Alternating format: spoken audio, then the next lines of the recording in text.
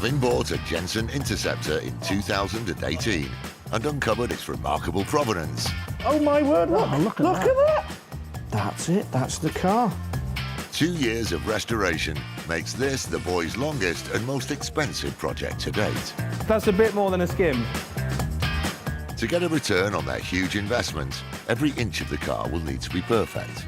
And next on the agenda is the Interceptor's distinctive rear window. The curved glass is covered in scratches, and if it was any other car, they'd simply order a replacement. But rear screens for the Interceptor are impossible to get hold of, so Drew has come up with a plan B. I'm off to see Mike and Ashley, who are going to do a very sort of old and now not a skill that you'd really see very often. They're going to repolish the windscreens front and back for the Jensen. Glass restorer Mike Smith has already taken delivery of both of the Interceptor's precious screens. Since I was very, very young, I was a motor engineer, and we'd see scratches on glass, wiper scratches or whatever, and people were always replacing the windscreens. And I discovered there's a way of polishing those to remove them. Hi, Drew. Mike, how are you? How are you? I'm fine. Let's have a look at the screen, shall we? They're not great, are they? They're pretty scratched. It's got a slight green tint to it, hasn't it? It has indeed. There. The main thing is, Drew, is we've got the wiper scratches emanating from there all the way over to here. It's a fairly long scratch. The screen is very old, so we have to be very careful that we don't overheat it. The friction causes heat, obviously, and it will just crack. What happens if you crack it then, Mike?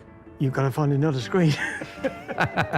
This one here just wants a clean up, really, with the final pad. That'll be OK. And costing? Normally for these we charge about £300. OK.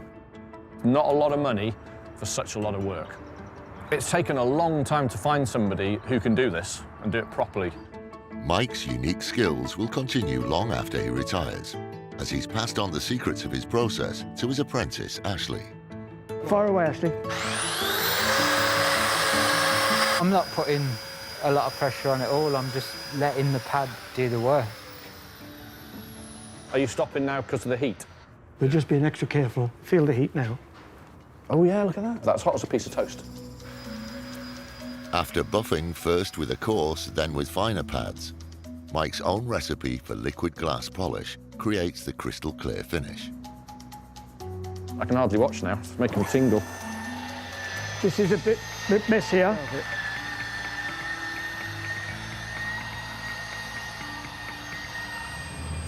I'm surprised just how quick it's coming up. You can suddenly see this sort of the mist sort of parting and this beautifully perfect piece of glass emerging from underneath it. Wow. Well, we've cleaned this section so far, and it's come out pretty good. I'm very happy. That's super, that, mate. That's lovely. And as you can see, the rest of the scratch is still there. Anybody who spends that much time and that much care and effort and is so careful over this much work, that's somebody I want to be dealing with. All right, well, I'm more than happy. I'll leave you to it. OK, thank you very much. Marvellous. Thanks, guys. Okay. Well done, Ashley.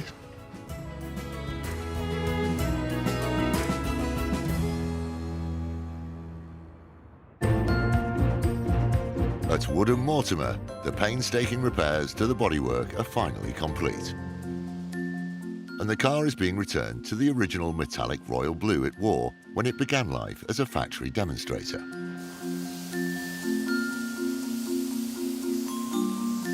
The boys have also found out they can reinstate the car's original registration number, NEA5L. So at Jepson's in Sheffield, a traditional set of number plates are being made. So that's the reg set out there, and it's a pair of standard oblong. The letters are stamped into a blank piece of aluminium, creating an embossed finish which is then sprayed black.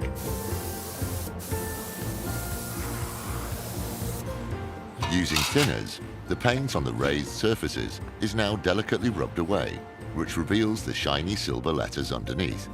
And once lacquered, the plates give the car yet another period detail. There you go. When Paul and Drew bought their Jensen Interceptor back in 2018, Thank you very much. Smashing. they had no idea it would be quite such an epic build. But after almost 3 years of highly skilled restoration work, the car is now being carefully pieced back together. Everything is done by hand, ensuring a finished car that's as beautifully crafted as the day it left the factory. And just a few days later, Paul has arranged to meet Drew in the grounds of Blenheim Palace for a suitably grand unveiling. The last time Drew saw the Interceptor, it was a rusting wreck in white. Oh, good morning. Oh, my word. That looks sensational. Isn't it amazing?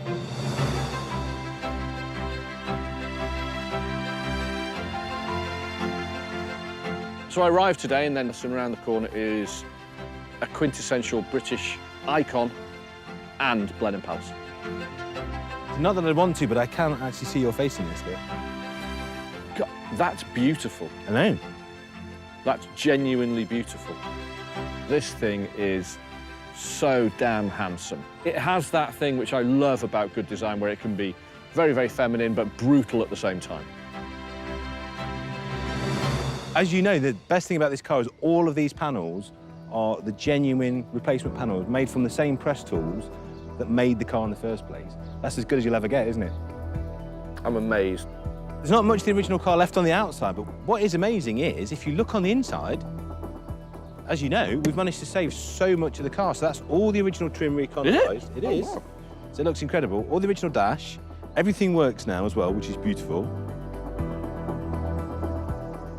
There have been a load of times along the route of this restoration, particularly when the car was in so many bits, that I genuinely thought, are we doing the right thing? Are we just pouring money into a pit? But today, all of those worries, all of that stress, worth every penny.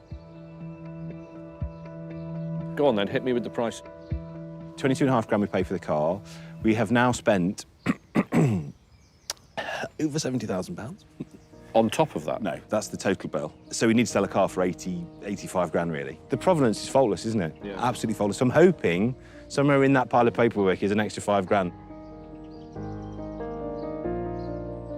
There's always the kudos, isn't there, turning up and going, he's bringing the press car. Well, it's funny you should say that, because the reason that we're at Blenheim today, there's a little car show of other Jensens here today. Excellent. There's some notable cars, and there's some people I want to introduce you to as well. Amazing. Jump in. I'll drive then. Oh, it's nice.